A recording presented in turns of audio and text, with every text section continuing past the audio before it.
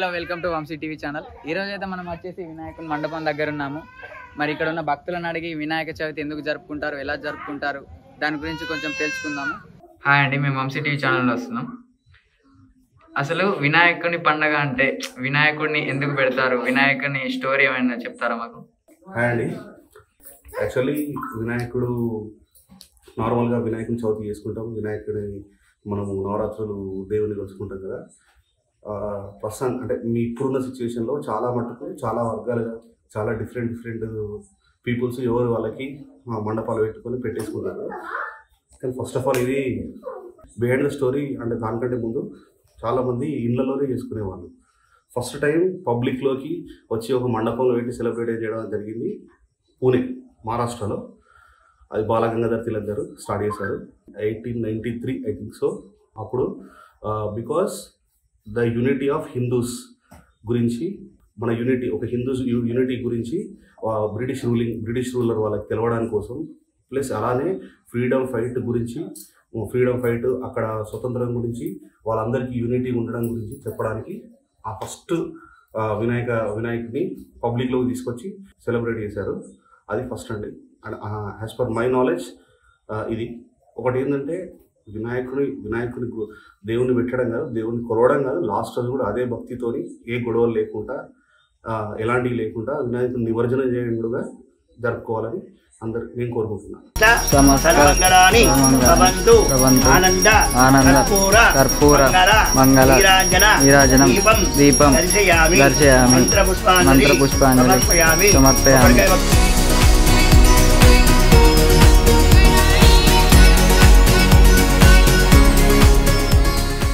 నమస్కారం అండి. నమస్కారం. మేము వంశీ టీవీ ఛానల్లో వస్తున్నాము. మీ పేరు? నా పేరు రాజన్న. రాజన్న గారు, మీరు ఎన్ని సంవత్సరాల నుండి వినాయకుడు పెడుతున్నారు ఇక్కడ? మేము 2006 నుండి పెడుతున్నాము ఇక్కడ.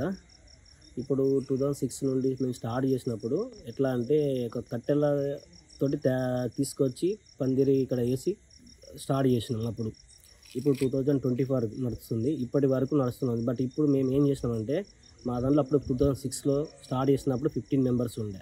తర్వాత మేము అట్లా చేసుకుంటూ పోతే ఇప్పుడు 50 మెంబర్స్ అయినాం. మేము 15 మంది కాస్త 50 మంది అయినాం. ఆ 50 మందిలో ఇప్పుడు అందరికీ మంచి గ్రో అప్, అందరికీ మంచి జరిగింది. గణపతి నిల్చుంటే పెట్టుకుంటూ పోతుంటే అయితే మధ్యలో మేము ఏం చేసినామంటే గణపతికి అందరం మంచిగా ఉన్నాం కాబట్టి ఒక గణపతికి మేము ఎప్పుడు హర్ ఇయర్ ఈ కట్టెలు మేము ఫస్ట్ పడ్డ బాధలు ఉండే, అట్లా కట్టెలు తీసుకొచ్చి చేసుడు ఇవన్నీ ఇది ఎవరికి రాకుండా ఉండాలని మేము ఒక గణపతికి ఎప్పుడు హర్ ఇయర్ నిల్చునేటానికి ఒకటి ఇటుకలతోటి సిమెంట్ తోటి మంచి ఒక షెడ్ నిర్మించుకున్నాం.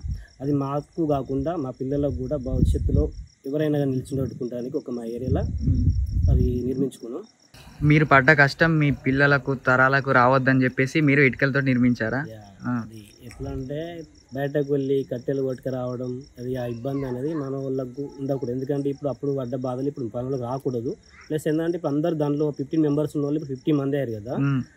అందరికీ మంచి జరిగింది. అందులో ఎవరికి ఇలా జరగలేదు అన్నది. గణపతి మేము పూజ చేసినప్పుడు మాకు ఇది కావాలంటే అది ప్రతి ఒక్కటి ఏది కోరుకున్నా అందరికీ మంచి జరిగింది. రాజన్న గారు, దాదాపుగా వినాయకుడికి ఈ 9 రోజులు ఎంత ఖర్చు రావచ్చు? 9 రోజులు ఖర్చు అంటే గణపతి స్పాన్సర్స్ ఉంటారు. అవును, ప్రతి సంవత్సరం ఎవరో ఒకరు స్పాన్సర్ చేస్తారు. బట్ మళ్ళీ దానిలో అన్నదానం అనే కార్యక్రమం కూడా ఉంటుంది. ఇవన్నీ ఖర్చు మొత్తం లెక్క చేసుకుంటే ఒక 1 లాఖ్ రూపాయలు రావచ్చు. బట్ ఇవి ఎవరు ఎక్కువ పట్టించుకోరు, ఎందుకంటే డబ్బులు కాదు ముఖ్యం. ఇప్పుడు మనకు గణపతి మన ఒక దేవునికి పెట్టేదాన్ని ఎవరు దాన్ని లెక్క చేయరు కాబట్టి అది ఎంతైనా చేస్తూ ఉంటారు.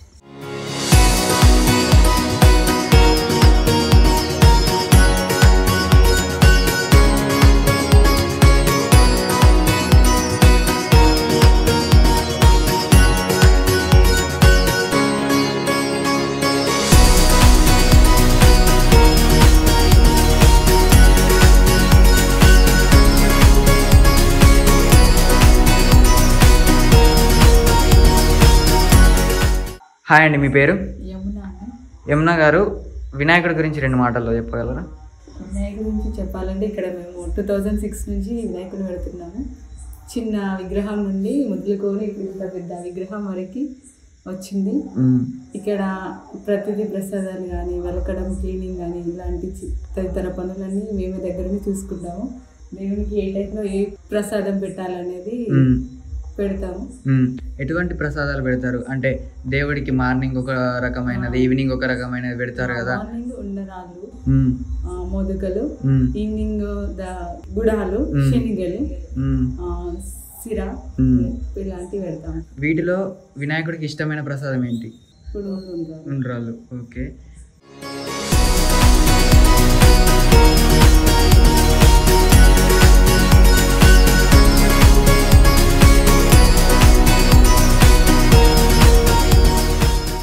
నమస్కారం అండి, మీ పేరు?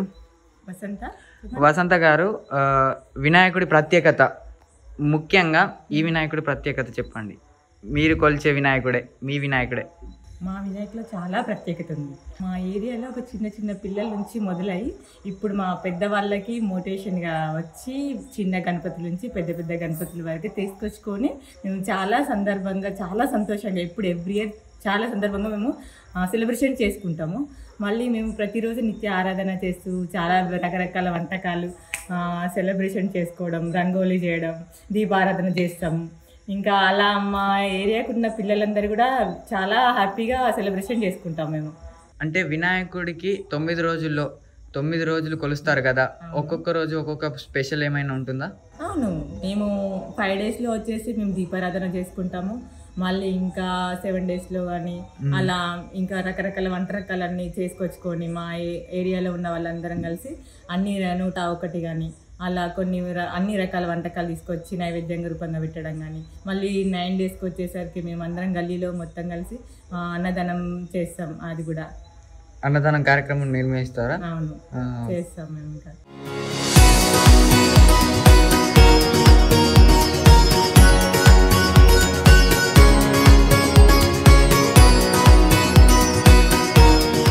నమస్తే అండి, మీ పేరు? నమస్తే అండి, నా పేరు త్రిష. త్రిష గారు, ఇక్కడ వినాయకుడి సెలబ్రేషన్స్ ఎలా జరుగుతాయి?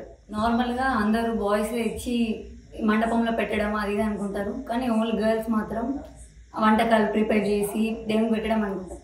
అది కాదు, కానీ మా విలేజ్లో మేమందరం ఒక స్ట్రీట్లో అందరం గ్యాదర్ అయ్యి చిన్న నుంచి పెద్ద గర్ల్స్ బాయ్స్ అని తేడా లేకుండా అందరం కలిసి ఎంజాయ్ చేస్తూ వినాయకుడికి పూజలు అవన్నీ చేస్తాం. 9 డేస్ మంచిగా హ్యాపీగా ఎంజాయ్ చేసి లాస్ట్ రోజు దేవుణ్ణి నిమజ్జనం చేస్తాం.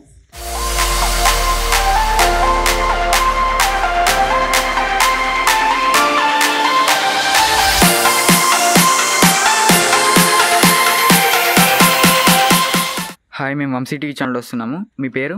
ఓదేష్. మీరు ఇక్కడ ఎన్ని సంవత్సరాల నుండి వినాయకుడు పెడుతున్నారు? 6 ఇయర్ నుంచి మేము ఇక్కడనే గణపతి పెడుతున్నాం. మట్టి గణపతి పెడుతున్నాం, వేరే ప్లాస్టర్ ప్లారిస్ అటువంటి గణపతులు పెడతాం.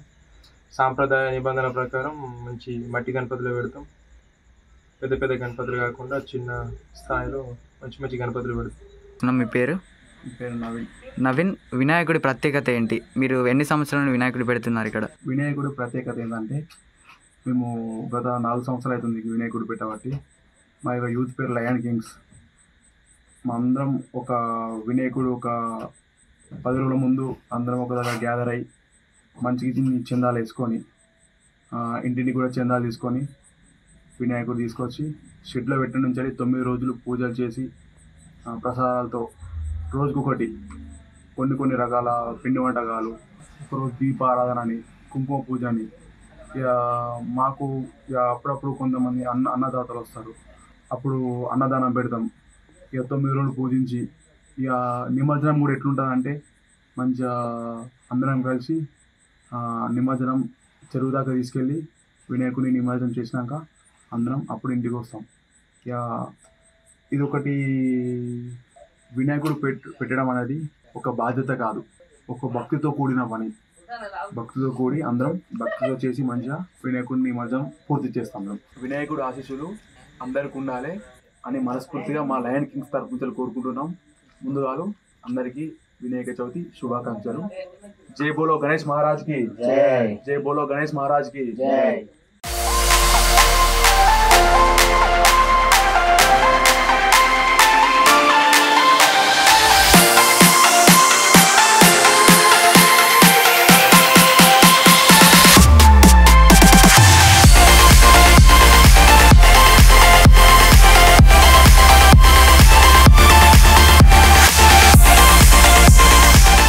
ఇక్కడ ఒక చిన్న వినాయకుడు ఉంది. చూస్తుంటే అందరు చిన్న పిల్లలా ఉన్నారు. మరి అలా ఎక్స్పీరియన్స్ ఏంటో తెలుసుకుందాం ఒకసారి. Hi guys. హాయ్. మీరే క్లాస్? 9th class. ఓకే, మీ వినాయకుడు ఎక్స్పీరియన్స్ ఎలా ఉంది? చాలా బాగుంది. మేము ఇప్పుడే ఫస్ట్ టైం పెట్టాము. మాకు పెద్దవాళ్ళు స్పాన్సర్ చేశారు. మిగతా మేము చందాలు వసూలు చేసి ఇలా ఈ మిగతా డెకరేషన్ మొత్తం చేసుకోవడం జరిగింది. మాకు ఫస్ట్ టైం ఎక్స్పీరియన్స్ చాలా బాగా అనిపించింది. ఇలాగే ప్రతిసారి వినాయకుడిని ప్రతిష్ఠించి జరుపుకోవాలని కోరుకుంటున్నాము. అందరికీ వినాయక చవితి శుభాకాంక్షలు. Thank you. జై బోలో గణేష్ మహారాజ్ కి జై. Thank you.